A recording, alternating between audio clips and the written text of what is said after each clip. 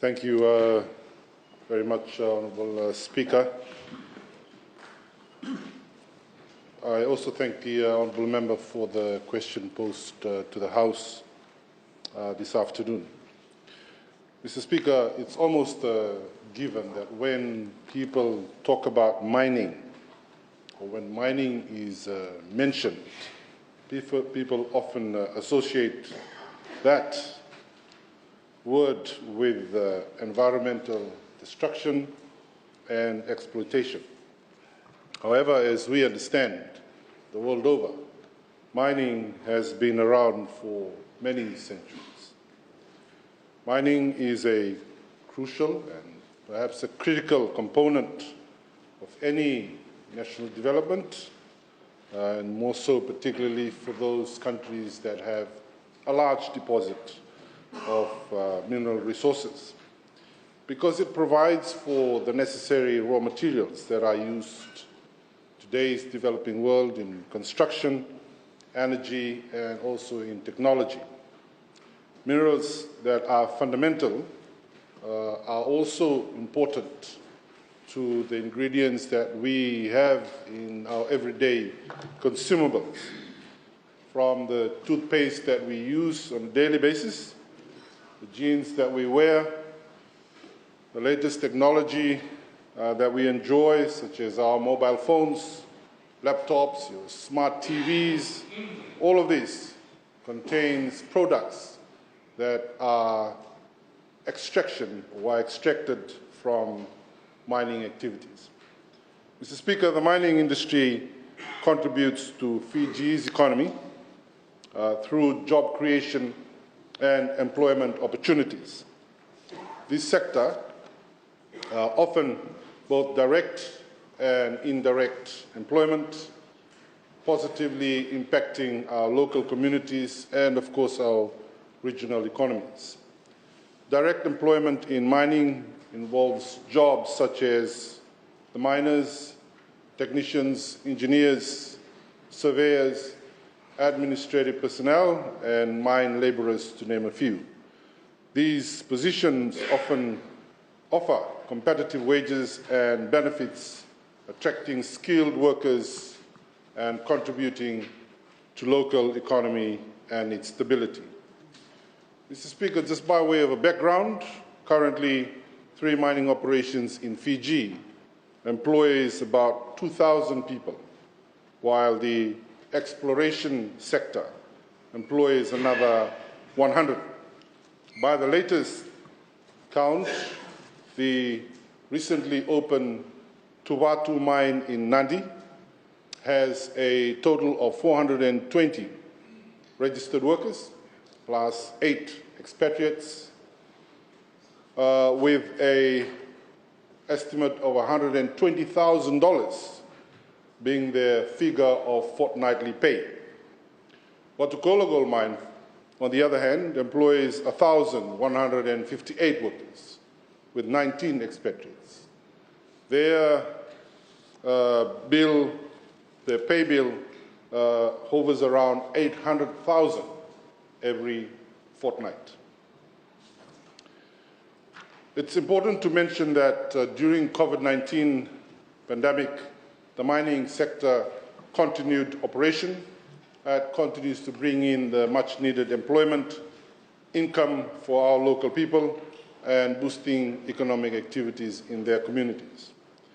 For these companies, employees were not laid off, but recruitment for new staff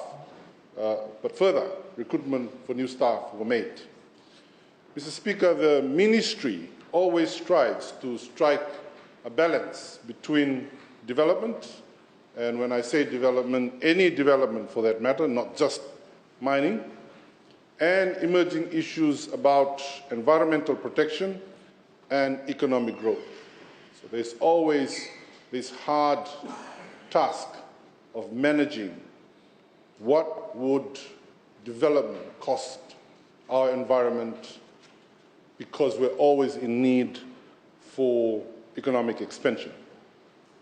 For mining, it is enshrined in the Mining Act and is facilitated through mineral exploration and mining using, of course, sustainable best practices that are a practice worldwide.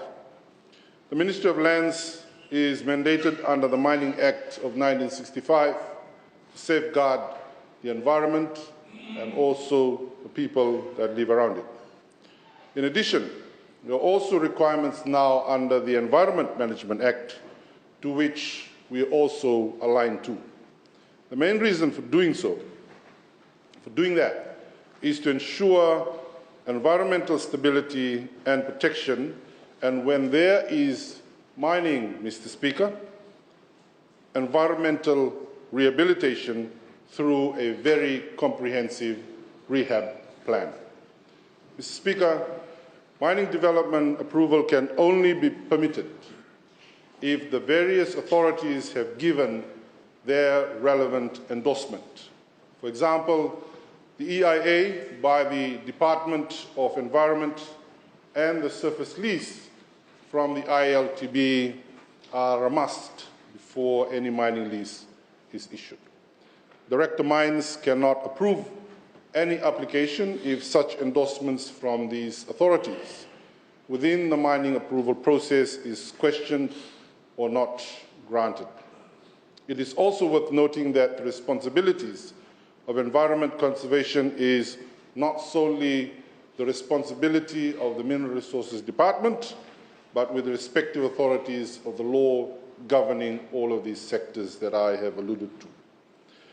The Mineral Resource Department works within the premises of the legislation that regulates that resource sector here in Fiji. They are the Mining Act, the Quarries Act, the Explosives Act, the Petroleum Exploration and Exploitation Act of 1978, the International Seabed Minerals Management Act of 2013, and the Fair Share of Minerals Royalties 2018. Mr. Speaker, some of the practices adopted by the Ministry to address the balance needed between development and conserving environment includes collaboration with other line ministries such as forestry and fisheries, environment and climate change, Itoke Affairs, and other agencies that I have referred to, such as ILTB, WAF, and the Roads Authority. While application for minerals and mineral exploration and mining are being processed, these stakeholders are consulted to identify areas of ecological or cultural interests which are demarcated. If they are agreed to, they would then be demarcated as exclusion or no-go zones in mining. Secondly, the EIA and environment management plans are integral components of the application process for mining and special prospecting license.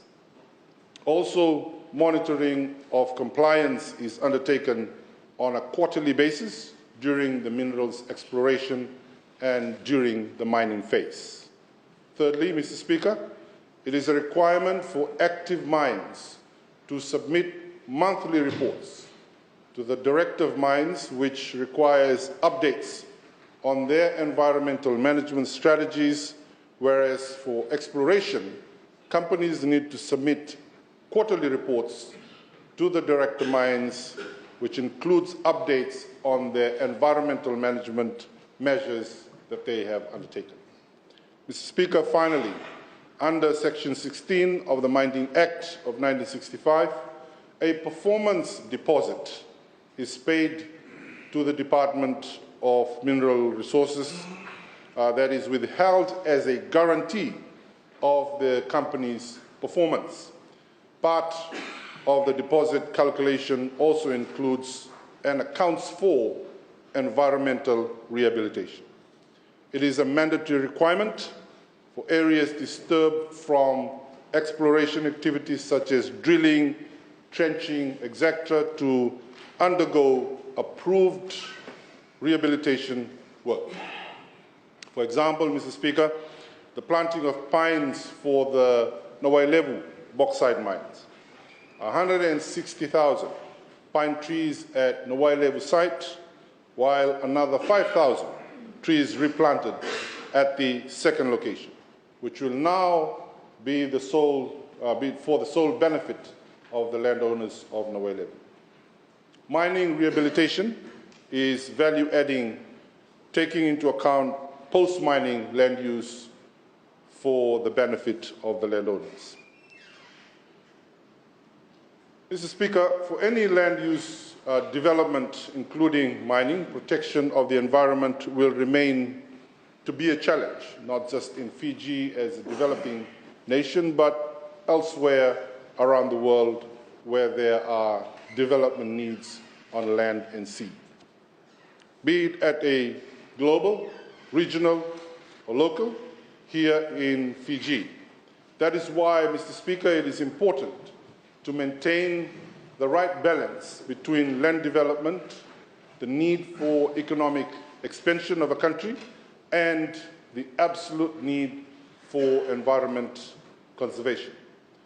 So Section 21(1) of the State Lands Act states, Mr. Speaker, that no lease of any state foreshore, land or soil under the waters of Fiji shall be made without the express approval of the Minister.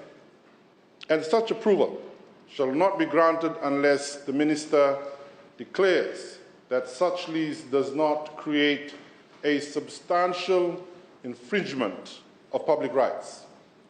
Mr. Speaker, the Minister for Lands and Mineral Resources has the legislative mandate or authority to allocate and approve foreshore developments in our country. However, this is done and can only be done within the ambit of ensuring that decisions are made with consistency and accountability.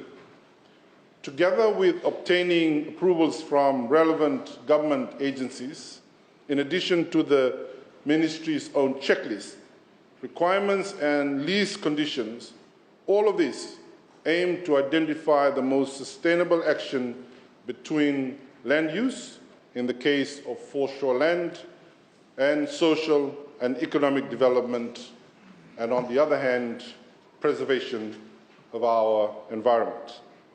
Mr. Speaker, the Ministry often have received complaints on the delay of obtaining ministerial approvals. This is indeed essential to ensure that thorough and careful considerations are made to preserve our natural landscapes, traditional values, heritage, whilst also embracing the modern opportunities that are available to develop our country and make it attractive. Mr. Speaker, the Ministry works in collaboration with the Department of Town and Country Planning, ensuring its leases are in alignment with the Department's land zoning system.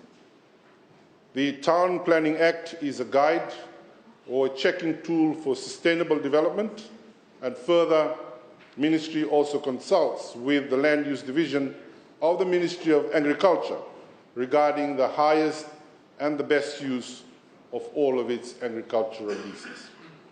Mr. Speaker, having to consult the Ministry of Agriculture also allows the Ministry to issue the most suitable commodity for our agricultural leases. Example, identifying whether land is good for grazing, rice, ginger farming, etc. However, for all leases issued, there are lease conditions which must be adhered to. If a lessee does not follow these lease conditions, then there are penalties and implications. Quite possibly, the last resort would be re-entry and cancellation of lease. Mr. Speaker, the Ministry had been working in collaboration with the Department of Town and Country Planning on its State Land Use Master Plan along the Western Corridor, which should be finalized in this financial year. Also, The Ministry is currently reviewing its Mining Act of 1965 and the State Lands Act of 1945, together with the recent Land Use Act, where we anticipate to integrate sustainable development on all state lands, minerals, and, of course, one of Fiji's best buys, its groundwater resources. The review seeks to strengthen and improve on aspects of how best we could attempt environmental management. Mr. Speaker, finally, there are discussions on the need to formulate a national land use policy for Fiji, incorporating the three major land tenures: state, Itoke, and freehold lands. We understand that this will be a very huge exercise where we will require the services and assistance of those other various relevant government ministries and institutions, but nothing is impossible if we combine our resources for a united cause. But for the benefit of our future generation and to also leave this world better than when we found it, Ministry is committed to have this policy in place. I borrowed that off from the motto of the Andi Lagambau School.